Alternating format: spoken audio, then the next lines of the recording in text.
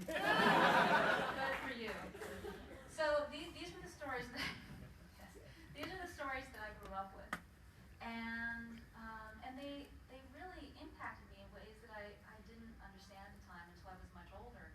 And thinking about my grandparents and thinking about how they could just tell these stories and laugh, just giggle, like laugh. And I thought, okay, well, what does it take? What does it take to become that person who can go through some really horrible things, and then years and years later, after having raised your family, talk about all this horrible stuff and smile? Like, how do you reconstruct yourself after war? How do you reconstruct yourself after a really traumatic event and become human again? And so that's the root of Monstrous. That's the journey of the main heroine, Micah, who is also the survivor of a cataclysmic war. So. Great, thank you. So Greg, you have kind of a different property that, I mean, Monstrous also touches on kind of an alternate Asia set in 1920s, right? Oh yes. Yeah. It's like an alternate. It's like a steampunk, dark epic fantasy set in alternate Asia. Which is amazing. and Greg, you're working on Kingsway West, which also kind of reimagines another part of history. Right. And you want to talk a little bit about that? Yeah, sure. Kingsway West it's my big dream project. I grew up in Texas. I was a biracial Korean kid growing up, Korean American kid growing up in Dallas. Okay, there's one. I was a Boy Scout. I had this kind of suburban outdoor childhood, and spent a lot of time camping, and I loved westerns. At a certain point, I learned about the actual history of Chinese in the Old West, and my head popped off. It was like, wow, like this sort of genre that I loved actually. The actual history of the U.S. included people who looked like me in that history, that you don't ever see in those movies, or you see them in the background, like crossing the street, So for about 23 years, I've had this burning story in the back of my head that I wanted to do, which would be about a Chinese gunslinger in the Old West. So when I went to film school, this was my dream project, and I actually wrote 3 different feature-length screenplays dealing with different stories about Chinese gunslingers in the Old West, and I couldn't get them made. I ended up working in comics, but over all the years of comics, this has always been in the back of my head. I did a few short stories with Sean Chen and Ian Kim, these great artists, for different Western anthology books. And then finally, I kind of partnered up with, that's a little Western thing for you. So I worked at partnered up with an artist named Mirko Kolak, who I worked with on some other books. And we took it to Dark Horse. And the editor I was talking to at Dark Horse, Jim Gibbons at the time, thought it was awesome. And then he asked me, is there another thing that you can do to take it to the next level? And he wasn't really any more specific than that, but it was a great question, and it kind of goosed me, and I started thinking about it more. And I thought I'd written these original stories as kind of compact indie films that I could do on a really low budget, and they were beautiful. I loved them, and I still love them. I loved it. I think they really work that way. But now I'm in comics, and I've been doing this kind of crazy world building in comics for years, and this, I did Planet Hulk, which was this amazing story where I got to create a whole world, and I found myself thinking about this story and about the way I could imagine it. I could do it. Basically, finally, it was like, let's do this in a Western world, an Old West overrun with magic. So the story is about a Chinese gunslinger searching for his wife in an Old West overrun with magic. And what those magical elements let me do is kind of reimagine the history of the West, and sort of bring all of the realism that Mirko is able to bring in his art. It's amazing. He's one of these artists who can draw this kind of gritty, real people in a beautiful way, but then combine it with magical elements that I think give it that feeling of myth. It's like Westerns are a form of American myth. You know what I mean? It's a story we tell about ourselves. It's a story America tells about itself. You know, Westerns, I think, on the one hand, are this kind of rural myth of America. It's always like a white guy as a cowboy, but that's not actually how it was. Well, yeah, the original cowboys were Mexican. Were Mexicans. That's where the Well, I mean, and African Americans. There were tons the Lone of Ranger African. was actually Exactly. character that the Lone Ranger is based on. Was actually Yeah. black. So, and there are lots of, but what I wanted to do was to take all of this stuff I had learned about the diverse West and give it some magic. You know, I mean, literally give it some magic, but also kind of to help create that. There's a way that fantasy somehow lets you believe something on a fundamental emotional level. Right. If that makes any sense. Yeah. You know what I mean? It gives you that. It lets. It's it's Greek myths. It's all of that. It lets you kind of hit a different kind of truth. But anyway, so that's a very long-winded answer. But it's awesome, and it's finally out there in the world. The first 2 issues are out. Yeah, absolutely. And you can come get them at table W11 in Orange Valley. And actually, I want to say a public thank you to Marjorie, because there were certain points we were both kind of developing our Monstrous and Kingsway West separately around the same time, and we had a few key conversations where I was like, I screwed up the first issue. I need to rewrite the whole thing, and she was like, oh my God! I did too. So, but yeah, it was. So thank you, Marjorie. Crossover. Exactly. Well, it's interesting that Greg talked about how infusing magic could lead to. It was something your editor suggested, or not suggested, but like, hey, how can you add this up? You decided to go like a kind of supernatural paranormal route. And I know Wendy, your webcomic Mooncakes, it kind of deals with a lot of like relationship things, and but you decided to go kind of a similar way, right? Yeah, so, is this on? Yes, just talk Okay, closer. sorry. Mooncakes is definitely like a labor of love between me and my co-creator, Suzanne Walker. She lives in Chicago. We got together, like, we've been trying to collaborate on something together for years. I drew, like, her Avengers / Avatar The Last Airbender crossover fan fiction into a comic once. And it was really awesome. She's a really great writer. And so I was like, we need to, like, do a comic together. And we sat down, and I was like, I've been kicking around this idea of these, like, childhood friends reconnecting, but one of them's a witch and one of them's a werewolf. And she was like, okay. And I was like, and we were both like, we don't want to do that to straight people. We were like, okay. And then I was like, let's make them Asian American. And she was like very amenable to that. But then she also wanted one of them to have a hearing, like a hard of hearing, a hearing loss. Because that's like part of what Suzanne writes about. She writes a lot of like disability, and so we decided to incorporate that into the creation of the characters.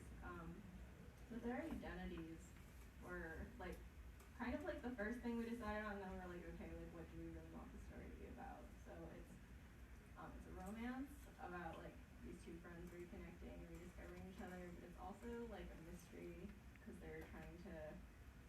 It takes place in the woods of New England, which is incidentally, I grew up in Connecticut, and the story takes place in Massachusetts, in a small town, and with like beautiful fall foliage, which is probably the only thing I like about New England. And it's a nicer town than I grew up in, because the grandmas who run the bookstore in the town are the resident witches, and everybody knows you don't mess with witches. And so, yeah, they're just like, it's only the first chapter and a half is up to read on the Mooncakes Comics website, which is just mooncakescomic.tumblr.com. They're like reconnecting, they're solving a mystery that involves a giant demon horse. Because you love horses so much. God, I made an enemy of a small child at the last convention I was at, because the moderator was like, why don't you like horses? And I was like, I really don't like them. And this kid was so upset. It's an upsetting thing to say, Wendy. I know, but she was like 8 or 10. I'm like, I know that's like the worst thing to say to an 8 or 10-year-old girl. Like, I don't like horses. Worse, you said you hate them. Oh, what? Oh yeah, I did. I said I hate them.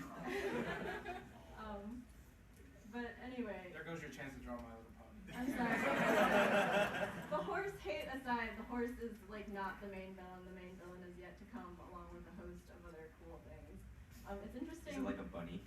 Some other animal that children love? We haven't decided that yet. It's interesting doing a webcomic because it's slow updating, it's slower updating than like a monthly serial, right? And we're kind of doing it as we go along. But I think that leaves room for like a lot of really fun development work and like a lot of back and forth because it's entirely our own project. That's awesome. Thank you. So change of pace. Larry, I wanted to ask you about, yeah, there you go. So when you first started G.I. Joe, it was maybe you were introducing Asian American and Asian characters and elements into this mainstream comic in a way that probably never been done before. And I know that recently you've taken it up again, and then you also had a brief Storm Shadow run maybe 10 years ago or so. And I was wondering how the industry's reaction to including those kinds of specific cultural details has like changed, and if it has gotten better or is just different. So. You mean from editorial? Yeah. Well, of course they don't want to do it.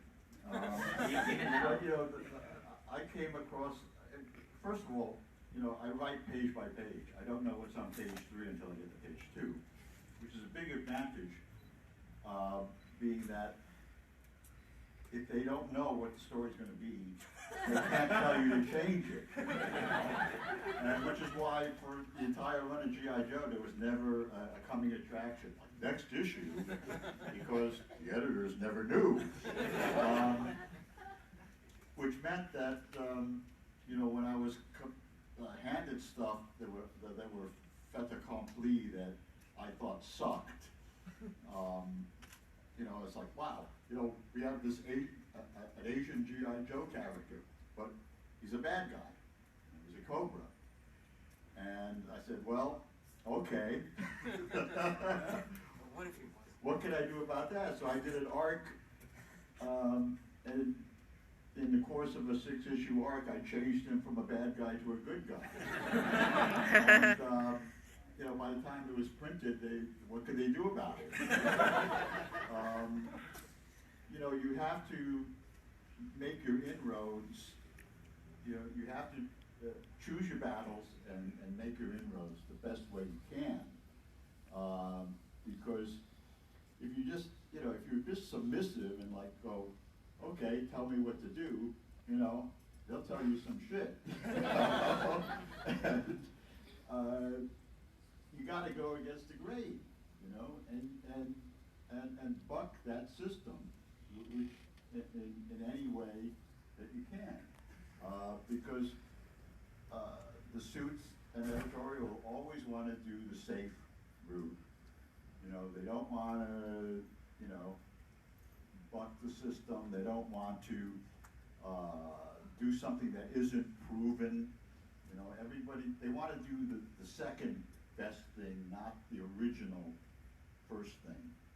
So that's my advice, is to never tell them what's coming next. Great advice. So Vishwajit kind of does things a little differently. So you started out as a political cartoonist, right? And then suddenly you had this idea to start cosplaying and combine cosplaying and activism together. And I know you've been really active this year, in particular going to the RNC in costume, and I wanted you to kind of get what you think about how people have reacted to your combining pop culture and politics and all of these issues together. So I want to admit something that I shouldn't admit, that when I first did this photo shoot as a Captain America, it was actually not my idea. First, when I came to New York Comic Con 5 years ago, as an exhibitor, I was thinking, okay, how do I stand out besides the fact that I have a turban and a beard? So that makes you stand out, but how does my art stand out? So that year, the first Captain America movie had come out, and I said, well, you know what? Captain America needs to have a turban and a beard, because that's what I do in a lot of my political cartooning. All my characters have turban and beards. So I created a Captain America that just a poster and had a catchy caption on him, basically saying, take it easy, it's just a turban. Underneath is my long and short hair. Now let's kick some intolerant ass, because that's what superheroes do, right? So I did that, and there was a photographer in passing who said, maybe you should come back next year dressed up as Captain America, and I said to her, no way. Why? Because I'd never seen a superhero in the Western world, actually anywhere, who had a turban and a beard, certainly not who was skinny, certainly not somebody who had glasses on, so I was going to break every stereotype. So it took her an entire year to convince me. There was a massacre at a Sikh temple in Milwaukee that sort of convinced me to get out of my own way and say, okay, fine, you know what, I'll do it. So I stepped out, and I mean, I know there's a lot. I presume everybody here is a comic fan, so you kind of know what it means to you. So we know, yeah, it's story, it's imagination, it's got some power, this and that, but I didn't realize what it meant to be a comic book superhero. It's a fictional character, because Captain America does not exist, okay? Sorry if somebody is disappointed. Captain America does not exist, but when I stepped out in that uniform, something changed, something real happened, so people saw me with different eyes. So I was not a turban and bearded other foreigner anymore. I was an American who happened to have a turban and beard. So, I mean, the first time I went out, I had thousands of people who took photos with me, off me. Cops came up and took photos with me, and now that rarely happens. NYPD cops don't come up to you and say, hey, dude, you're looking cool, let me take a photo of you. But that happened, and so, since then, I've had actually people from all over the U.S. inviting me into their communities, into festivals, universities.